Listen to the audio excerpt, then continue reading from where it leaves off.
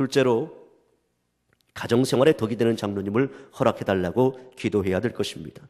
사도 바울은 지도자는 가정을 잘 다스리고 가정생활에 덕이 돼야 된다 그렇게 가르치고 있습니다. 그래서 본문에 가정에 대해서 강조를 많이 하고 있지요. 2절에 보니까 한 아내의 남편이 되며 이렇게 말하고 있어요. 근데 여러분 이것은 잘 봐야 됩니다. 한 아내의 남편이 되며 가로치고 한 남편의 아내가 되며. 왜요? 이제 남자만 장로 되는 것이 아니라 누구도 장로 될 수 있으니까 여자도 장로 될 수 있을까? 요 2절만 보면은 이 여자는 장로 세우면 안 된다 이렇게 말을 할 수 있잖아요. 그게 아닙니다. 가로치고 한 남편의 아내가 되며. 이것도 맞는 겁니다. 자, 또 여러분들이 한번 4절 5절에 있는 말씀을 읽어주셨으면 좋겠습니다. 4절 5절에 어떤 말씀이 있는지 한번 읽어주시기 바랍니다. 시작.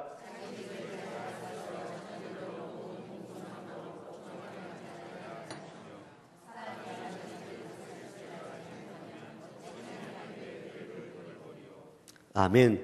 여러분들이 읽어주신 대로 그렇게 말씀하고 있습니다.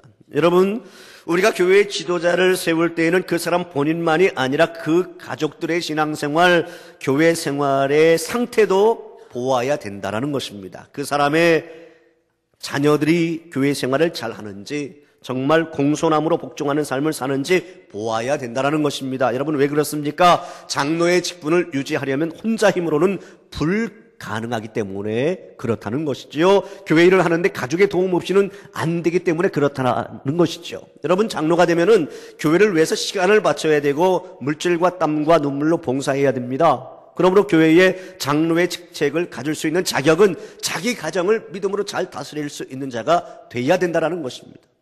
여러분, 현실적으로 볼 때 이 말은 정말 옳은 말인 것 같아요. 교회에서 자기가 하는 일을 제일 정확하게 들을 수 있는 길은 가족들로부터 들을 수가 있습니다. 가족들로부터. 때에 따라서 가족이 좀 야당이 돼 줘야 되잖아요. 당신 잘한다, 당신 잘한다 이렇게만 말하는 것이 아니고, 장로님이 잘못할 때는 여보, 당신이 좀 그렇게 하면 안 될 것 같아요. 내가 이렇게 분위기를 보니까 이렇게 하면 안 될 것 같아요. 누구의 조언을 받아야 됩니까? 아내의 조언, 때에 따라서 남편의 조언을 받아야 된다는 것이죠. 자녀의 조언을 받아야 된다는 것이죠. 자녀들과 함께 교회에 나와야, 가족과 함께 교회에 나와야 교인들의 소리를 바로 들을 수 있는 겁니다. 또 헌금하는 일에 있어서도 아내나 남편이 협력을 해야 헌금할 수 있는 것이죠. 그렇지 않으면 제대로 헌금할 수 없지 않습니까? 장로될 본인도 본인이지만 내조하는 부인이나 외조하는 남편을 잘 보고 선택해야 된다는 것입니다. 따라서 우리는 이렇게 기도해야 되겠습니다. 하나님, 우리 수색교회에 가정생활에 덕이 되는 장로님 12분을 허락해 주시옵소서. 셋째로, 하나님을 사랑하고 교회를 사랑하는 장로님을 허락해달라고 기도해야 될 것입니다. 세상에 그 어떤 것보다도 하나님과 하나님의 교회를 사랑하는 분이 장로님으로 되었으면 참 좋겠습니다. 사랑은 여러 가지 면에서 설명할 수 있지만 저는 그 중에 하나를 인색하지 않은 것이라고 설명드리고 싶습니다. 여러분, 사랑이라고 하는 것은 인색하지 않은 것입니다. 하나님과 하나님의 교회에 대해서 인색한 사람이 장로가 되면은 교회는 참으로 힘들고 어려워집니다. 오늘 본문의 말씀에도 장로의 직분을 얻으려면 3절 그 뒷부분에 보니까 돈을 사랑하지 아니하며 그런 말씀이 있어요. 여러분, 이 말씀은 돈을 싫어하고 돈을 부정시하라 그런 말씀이 아니라 하나님과 교회에 대하여 인색하지 않은 사람이어야 된다는 것입니다. 여러분, 인색하지 않아야 선교할 수 있는 것이고요, 인색하지 않아야 구제할 수 있는 것이고, 인색하지 않아야 교육에 투자할 수 있고, 인색하지 않아야 교회 건축도 할 수 있는 것입니다. 제가 지난 주간에 제 동료 목사님으로부터 전화를 받았습니다. 같이 영락교회에서 사역하던 그 목사님인데, 그 목사님이 한숨을 푹 쉬면서 이제 염려하는 그러한 그 소리를 제가 들었습니다. 무슨 이야기냐고 했더니, 그 교회도 이제 앞으로 교회를 이전해야 되는데, 분명히 교회를 이쪽에서 저쪽으로 이전하면 크게 성공할 수 있는, 성장할 수 있는데, 나머지 장로님들 다 동의했는데 어느 한 장로님만이 반대를 하는 겁니다. 내 눈에 흙이 들어가기 전까지는 이거 안 된다. 바로 이 교회가 어떤 교회인데, 예? 바로 이거 우리 아버지가 바로 여기 헌금해서 지은 교회인데, 비전을 보지 아니하고 고집만 내세우는 겁니다.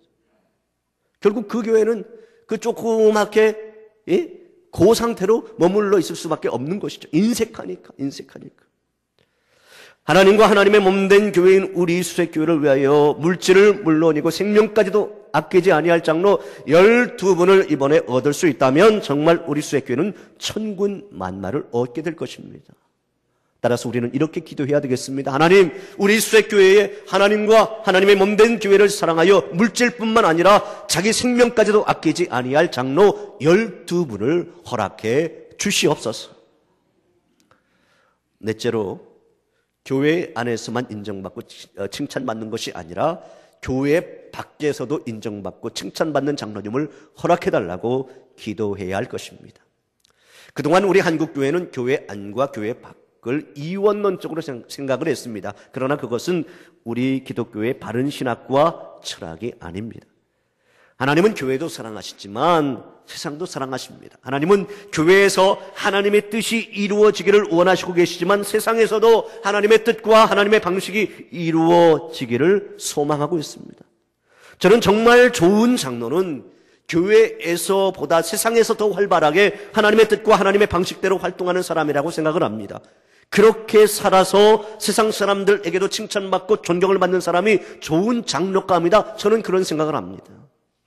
오늘 본문에 있는 말씀도 보니까 사람이 교회의 장로가 되려면 교회 바뀐 세상에서 인정받고 존경받아야 된다. 그렇게 말씀하고 있어요. 2절 3절에 있는 말씀 보면 이런 말씀이 있습니다. 절제하며 신중하며 나그네를 대접하며 가르치기를 잘하며 술을 즐기지 아니하며 구타하지 아니하며 오직 관용하며 다투지 아니하며 이렇게 여러 가지 단어로 말씀하고 있어요. 여러분, 인격과 덕이 모자라서 사람들을 귀히 여길 줄 모르고 화 잘 내고 다투기 잘하고 참을 줄 모르는 사람이 교회의 장로가 되면 여러분 어떻겠습니까? 교회 욕을 먹일 뿐만 아니고 이게 교회 공동체가 위기에 빠지는 것입니다. 정말 큰일이죠. 그렇게 되면 교회는 언제나 불화와 갈등 속에 휩싸이고 말게 될 것입니다. 세상에는 두 가지 유형의 지도자가 있다고 합니다. 하나는 리더형이고 하나는 보스형이라고 합니다. 이 리더형과 보스형. 제가 10가지를 여러분들에게 말씀드릴 건데 여러분들은 과연 어디에 속하는지, 그리고 우리 교회 새로 뽑히실 이제 12분의 장로님들은 과연 어느 쪽에 속했으면 참 좋을 것인지 한번 생각을 해보시기 바랍니다. 첫째, 리더형은 눈에 보이는 데서 일을 하나 보스형은 눈에 안 보이는 어둠의 세계 속에서 일을 한다. 여러분 그렇죠? 뒤에서 일하지 않습니까? 보스형은. 두 번째, 리더형은 앞에서 사람을 이끌지만, 나를 따르라 그렇게 이끌지만 보스형은 뒤에서 사람들을 몰고 다닌다. 앞장서 그렇게 말하지 않습니까? 세 번째, 리더형은 부하들을 지켜 세우지만 보스형은 부하들을 누른다. 네 번째, 리더형은 사람들과 함께 가지만 보스형은 자기 뒤만 따르라고 그렇게 명령한다. 다섯째, 리더형은 아는 길도 물어서 가지만 보스형은 모르는 길도 절대로 묻지 않는다. 여섯째, 리더형은 늘 우리라고 하는 말을 사용하지만 보스형은 늘 나라고 하는 말을 많이 사용한다.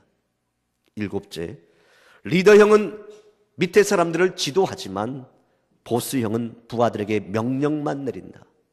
여덟째, 리더형은 등 뒤에 권위를 감추고 다니지만 보스형은 권위를 늘 앞세워가며 다닌다. 아홉 번째, 리더형은 권위를 아끼지만 보스형은 권위를 즐긴다. 열 번째, 리더형은 가자라고 하는 말을 많이 쓰지만 보스형은 가라라고 하는 말을 많이 쓴다. 여러분, 제가 이 10가지에 대해서 쭉 말씀을 드렸는데 하나님께서 원하는 일꾼의 유형은 여러분 어느 것이겠습니까? 그리고 우리 교회에 필요로 하는 유형은 어느 것이겠습니까? 당연히 리더형의 사람이지요. 따라서 우리는 이렇게 기도를 해야 되겠습니다. 하나님, 우리 수액교회에 인격적으로 훌륭하고 덕이 있는 장로, 보수형의 장로가 아니라 리더형의 장로 12분을 허락해 주시옵소서. 이제 말씀을 마치려고 합니다. 사랑하는 여러분, 이번에 정말 좋은 장로님 12분이 선출될 수 있기를 오늘부터 3주간 동안 여러분 열심히 기도해 주시기 바랍니다. 하나님, 책망할 것이 없는 장로님, 가정생활에 덕이 되는 장로님, 하나님을 사랑하고 교회를 사랑하는 그 장로님, 교회의 박세상 속에서도 인정받고 칭찬받는 장로님을 허락해달라고 여러분 정말 간절하게 기도해 주시기를 부탁을 드립니다.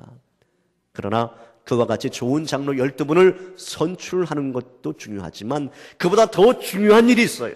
그것은 여러분 모두가 다 그와 같은 좋은 장로감이 되는 겁니다. 좋은 장로감으로 도전하는 겁니다. 여러분, 우리 모두가 다 수색교회 장로가 될 수는 없어요. 그렇죠? 그렇지만 너무 엉뚱한 욕심이 있는지 모르겠지만 우리 수색교회 교인들은 모두 다 좋은 장로감들이 되었으면 정말로 좋겠습니다. 여러분, 좋은 장로는, 좋은 교회는 좋은 교인들이 만드는 것입니다. 여러분 모두가 다 이런 좋은 교인들인 것에 도전하고 기도하고 노력함으로 우리 교회가 좋은 교회 되어지기를 간절히 바랍니다.